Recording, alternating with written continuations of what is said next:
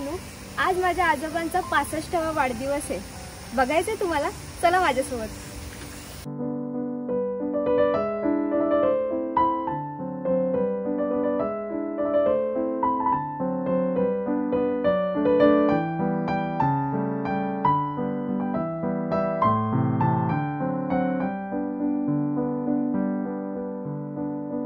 तर हे आहेत आमचे आजोबा आणि त्यांचा आज 65वा वाढदिवस आहे।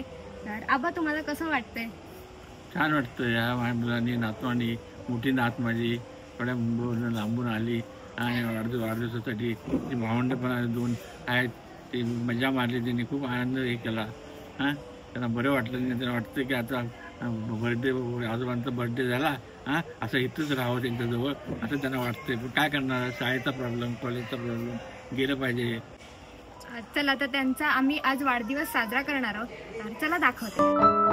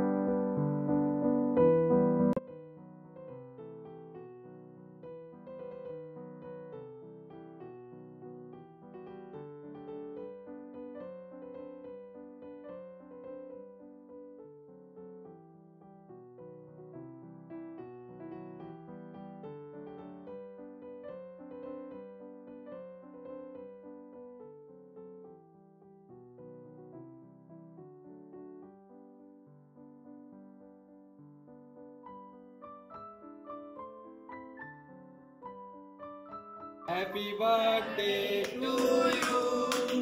Happy birthday to you. Happy birthday dear Lulu. Happy birthday to you. बार बार ये दिन आए, बार बार ये दिन गाए, हजारों साल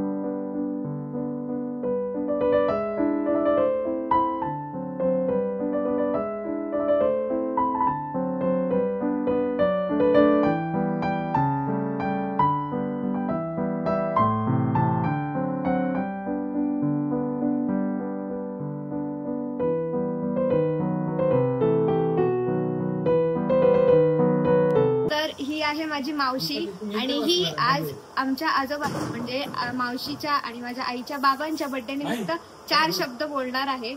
तर चालू करते मी आता थोड्याच वेळात. रुबाबदार राणी अळदार साल, बुटांवर धुळीची काय बिशात, असे आरशाला लाजवेल असे चकचकणारे बूट, कडक इस्त्री, कडक शिस्तबद्धता आणि खरेपणा. तर तोडच नाही, खरेपणाला तर तोडच नाही, बोलू तेवढे खरंच, असे आमचे पप्पा. आज त्यांचा वाढदिवस. त्यांच्या जीवनातील प्रवास थोडक्यात शब्द.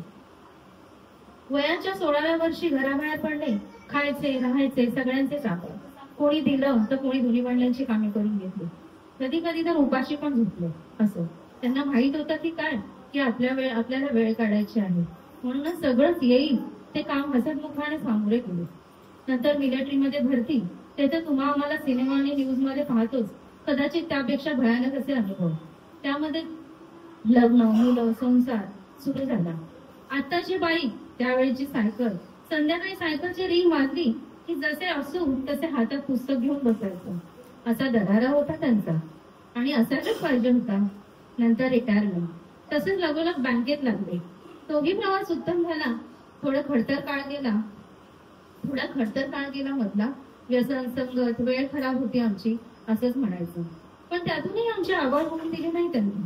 मधल्या काळात त्यांचे लोखंडालाही वाकवतील असे ताकदवान भाऊ वाटले.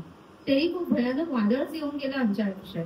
म्हणतात ना, काळ हे सगळ्यावरचं औषध असतं, तसंच सगळं काही सावरत गेलं. पण आजही त्यांची आठवण आल्याशिवाय राहत नाही. असं मित्र हो, पप्पा आणि व्यक्तिमत्व आम्हाला लाभले हे आमचे महत् भाग्य. या सगळ्यामध्ये मोठा वाटा होता तो आमची आई लक्ष्मी सरस्वती. वेळ प्रसंगी कडक लक्ष्मी सरस्वती, गंगा, कडक लक्ष्मी, साक्षात अन्नपूर्णा. आई आणि पप्पा साक्षात लक्ष्मीनारायणाचं घर. खरंच आरशासारखं लख्ख घर, सतत हातात झाडू, चौफेर लक्ष. पाहुणा आला तर रिकाम्या पोटी काय बाहेर पडेल अशी अन्नपूर्णा. वेळप्रसंगी मुलांचे संगोपन करण्यातही कडक लक्ष्मी. जसं पप्पांचं स्ट्रगल होतं तसं आईचंही होतं. कधीच कुठली तक्रार न करता पप्पा बोलले की निघाली. नवीन संसार थाटलाच. कधी कुरकुर नाही केली तिने. जो आला त्याला आसरा दिला. त्यांनाही काही बोलले नाही. वीरांना सख्या भावासारखा जीव लावला. जावानं स्वतःच्या जाऊन मुलीच असं सांभाळून घेतलं. सगळी नाती अगदी फार मनापासून जपली तिने. आमची आई जणू घरातली तुळस. ऊन, वारा, पाऊस आणि सगळं सहन करत गेली. हिरव्यागार पाण्यासारखी टवटवीत राहिली. ती घरी नुसती वावरली ना तरी लक्ष्मीचा वास राहतो. या कुटुंबाला जोडून ठेवणारा मुख्य धागा म्हणजे आमची आई. तिच्याबद्दल बोलू तेवढे कमीच, पण खरं आहे की नाही, लक्ष्मीनारायणाचा जोडा. एकमेकांवरती खूप प्रेम. घराचे आधारस्तंभच आहेत. तुमच्यासारखे आई बाबा आम्हाला जन्मोजन्मी मिळो. समर्थचरणी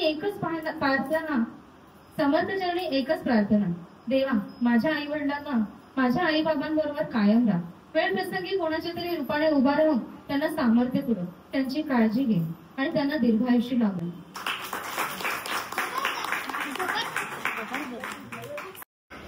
आज माझा बर्थडे केला. माझ्या मिसेसनी, माझ्या मुलांनी, जावयांनी वगैरे सगळ्यांनी सहकार्य करून छानपैकी बर्थडे 65वा बर्थडे केला. त्याच्याबद्दल मी अभिनंदन करतो. आणि असं त्याच्या पुढच्या पहिला त्यांच्या आई वडिलांचा वगैरे बर्थडे करीत राहावा आणि आयुष्य लाभो हेच माझी विनंती. हा बरोबर आहे, चांगले. तुम्हाला व्हिडिओ आवडला असेल तर चॅनलला लाईक, शेअर आणि सबस्क्राईब करायला विसरू नका. चला.